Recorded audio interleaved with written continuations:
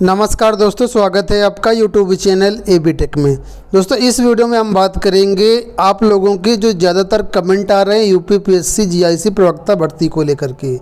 बहुत सारे प्रश्न आप लोग लगातार पूछ रहे हैं, सबके सवालों के जवाब कमेंट करके दे पाना मुश्किल है। इस वजह से ये वीडियो के माध्यम से हम आपको सारे सवालों के जवाब दे रहे हैं, तो इस वीडियो में आपको इनका उत्तर मिल जाएगा। ठीक है, बात कर लेते हैं सबसे पहले प्रश्न की। बहुत सारे अभ्यर्थी हैं जो पूछ रहे हैं क्या हम एपीयरिंग में हैं और हम फॉर्म भर सकते हैं प्रवक्ता भर्ती के लिए कि नहीं। तो दोस्तों एपीयरिंग वाले कैंडिडेट जो हैं इस भर्ती में फॉर्म नहीं भर पाएंगे। ठीक है, जो पास आउट हैं वही अभ्यर्थी सिर्फ फॉर्म भर सकते हैं। अच्छा, एक चीज़ मैं आपको और क्लियर करा दूँ, जिनके एग्ज़ाम हो चुके हैं, रिजल्ट आने वाले हैं, तो नोटिफिकेशन में ये कहा गया है कि जो आवेदन करने की जो अंतिम डेट है, अंतिम डेट का मतलब रजिस्ट्रेशन की अंतिम डेट 18 जनवरी 2021 है। ठीक है, तो अगर आप लोगों के रिजल्ट 18 जनवरी 2021 तक फाइनल के यानी सेकेंड ईयर के आ जाते हैं तो आप फॉर्म भर सकते हैं। अगर इसके बाद आपका रिजल्ट क्लियर होता है तो फॉर्म आप बिल्कुल भी नहीं भर पाएंगे। ठीक है, पहले प्रश्न का उत्तर आपका हो गया। बात कर लेते हैं दूसरे प्रश्न के उत्तर के रूप। लिखा है बीएड टीटी है नहीं है, क्या हम पात्र हैं। बहुत सारे ऐसे अभ्यर्थी जो पूछ रहे हैं सर हमने बीएड नहीं किया हुआ है या टीटी नहीं किया हुआ है। तो दोस्तों इसमें बीएड और टीटी की कोई भी ज़रूरत नहीं है। ये एक लेक्चरर की भर्ती, जैसे उत्तर प्रदेश माध्यमिक शिक्षा सेवा चयन बोर्ड से पीजीटी की भर्ती आती है। ग्रेड पे पीजीटी का और जीआईसी का सेम ही है, लेकिन यहाँ पर उनको प्रवक्ता बोला जाता है, लेक्चरर बोला जाता है, चयन बोर्ड से उसको पीजीटी बोला जाता है। ठीक है, ग्रेड पे सेम है, तो इसमें भी आप लोगों को बीएड की रिक्वायरमेंट नहीं है और ना ही टीटी की रिक्वायरमेंट है। सिर्फ एक दो विषय ऐसे हैं जहाँ पर, जैसे एजुकेशन से मान लीजिए आप फॉर्म भर रहे हैं, तो एजुकेशन में अगर आपका बीएड है तो वहाँ पर आप अप्लाई कर सकते हैं। एजुकेशन वाले सब्जेक्ट को छोड़ करके बाकी किसी भी सब्जेक्ट में जो है बीएड की ज़रूरत नहीं है, ना ही टीटी की ज़रूरत है। एजुकेशन में भी कुछ अन्य जो डिग्रियां उनके साथ भी बीएड वगैरह की रिक्वायरमेंट नहीं है। तो आप लोग अगर एजुकेशन से फॉर्म भरना चाहते हैं तो नोटिफिकेशन ज़रूर देख लीजिएगा, उसमें सारी चीज़ें स्पष्ट रूप से लिखी हैं। ठीक है, तीसरा क्वेश्चन है पीजी में कितने प्रतिशत अंक चाहिए।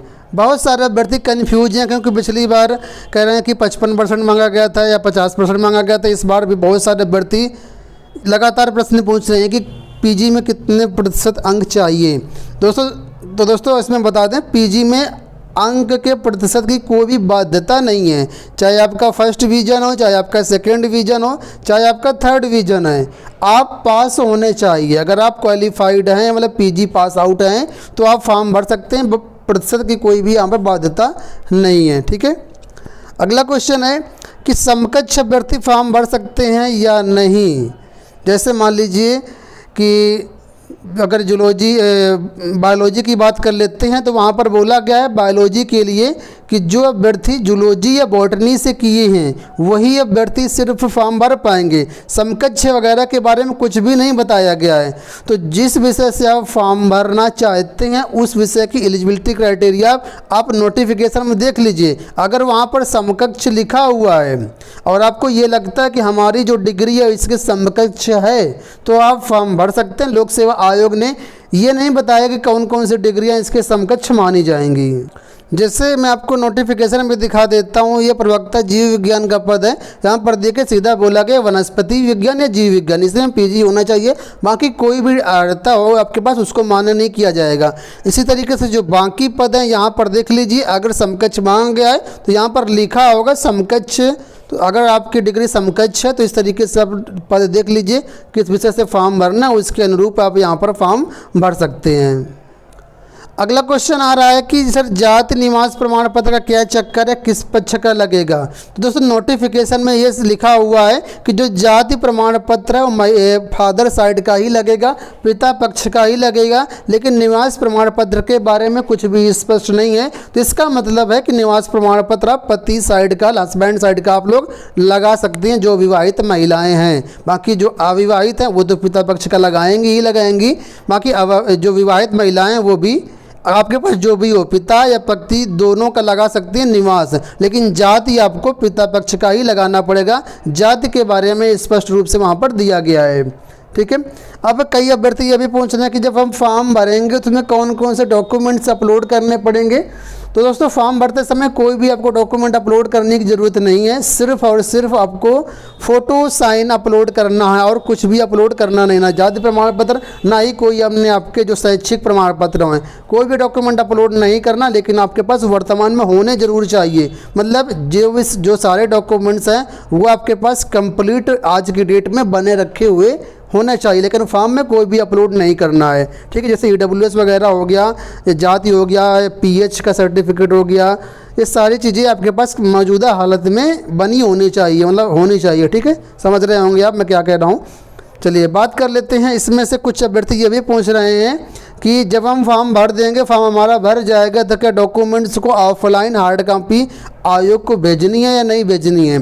तो दोस्तों मैं आपको क्लियर कर दूँ कि ये अभी GIC प्रवक्ता की प्रारंभिक परीक्षा के फॉर्म भरे जा रहे हैं। ठीक है, तो प्रारंभिक परीक्षा में फॉर्म भरने के लिए आपको कोई भी डॉक्यूमेंट से कोई भी हार्ड कॉपी आयोग को नहीं भेजनी है। ठीक है, आप परेशान ना होना, कोई भी डॉक्यूमेंट्स नहीं भेजना है।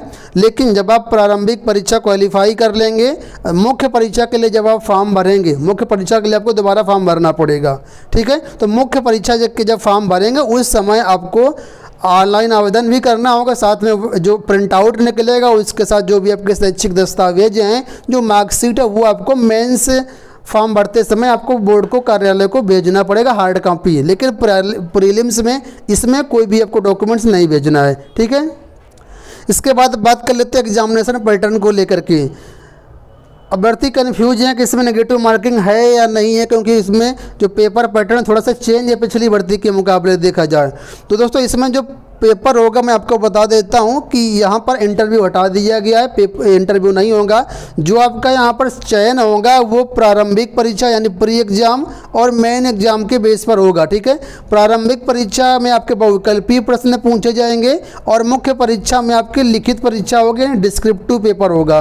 ठीक है, तो लिखित परीक्षा में डिस्क्रिप्टिव पेपर में नेगेटिव मार्किंग का कोई मतलब ही नहीं होता है, वहाँ पर नेगेटिव मार्किंग नहीं होती, लेकिन प्रारंभिक परीक्षा में नेगेटिव मार्किंग होगी। ठीक है, प्रारंभिक परीक्षा में आपकी 1/3 की नेगेटिव मार्किंग होती है और होगी यहाँ पर। ठीक है, और इसमें बात कर लेते हैं पासिंग मार्क को लेकर के। तो प्रारंभिक, ठीक है, और मुख्य दोनों परीक्षा में जो पासिंग मार्क है वो बोर्ड ने निर्धारित कर दिया है कि जनरल कैंडिडेट के लिए पासिंग मार्क यानी अनरिजर्व्ड के लिए 40%। जैसे सपोज करो 200 का पूर्णांक है तो उसका आपको 40% निकालना पड़ेगा, मतलब 80 नंबर। ठीक है, और अगर 100 का पूर्णांक है तो 40 नंबर। इतना पासिंग मार्क जनरल कैंडिडेट्स के लिए 40% है और OBC के लिए भी 40% है। SC ST के जो अभ्यर्थी हैं उनके लिए पासिंग मार्क 35% है। 35% की प्रारंभिक परीक्षा के लिए भी मिनिमम है और मुख्य परीक्षा के लिए भी मिनिमम है। कई अभ्यर्थी कह रहे थे कि प्रारंभिक परीक्षा में 2 पेपर जैसे लगाए गए हैं, एक आपका जो GS का है और दूसरा जो पेपर है आपके सब्जेक्ट का है। तो क्या इसमें अलग अलग पास होना है? तो दोस्तों अलग अलग नहीं पास होना, कुल मिलाकर के टोटल आपका 40% होना चाहिए दोनों को मिला करके। ठीक है, इसी तरीके से मुख्य परीक्षा में अलग अलग पास नहीं होना, टोटल पास होना चाहिए। ठीक है, इंटरव्यू मैंने बता दिया, इंटरव्यू उस परीक्षा में नहीं है, इंटरव्यू हटा दिया है, पहले होता था। कई अभ्यर्थी परीक्षा के बारे में पूछ रहे हैं कि इसकी परीक्षा कब होगी। तो दोस्तों लोक सेवा आयोग ने इसकी परीक्षा के बारे में कोई भी सूचना नहीं दी है। लोक सेवा आयोग का कहना है कि हम बाद में इसकी परीक्षा की डेट जारी करेंगे। तो अब जब भी परीक्षा की डेट जारी होती है या कोई सूचना मिलती है तो हमारे चैनल के माध्यम से आप लोगों को शेयर किया जाएगा। ठीक है, तो आप लोग चैनल से जुड़े रहिएगा, चैनल को सब्सक्राइब जरूर कर लीजिएगा। इस भर्ती के बारे में जो भी अपडेट आएगी आने वाले टाइम पर सारी अपडेट आपको हमारे चैनल के माध्यम से दी जाएगी। ठीक है, और अंत में क्वेश्चन ये एक और आ रहा है, किस माध्यम में परीक्षा होगी। दोस्तों परीक्षा जो है, जो आपका लैंग्वेज का पेपर, जो हिंदी का पेपर है वो हिंदी माध्यम में ही होगी।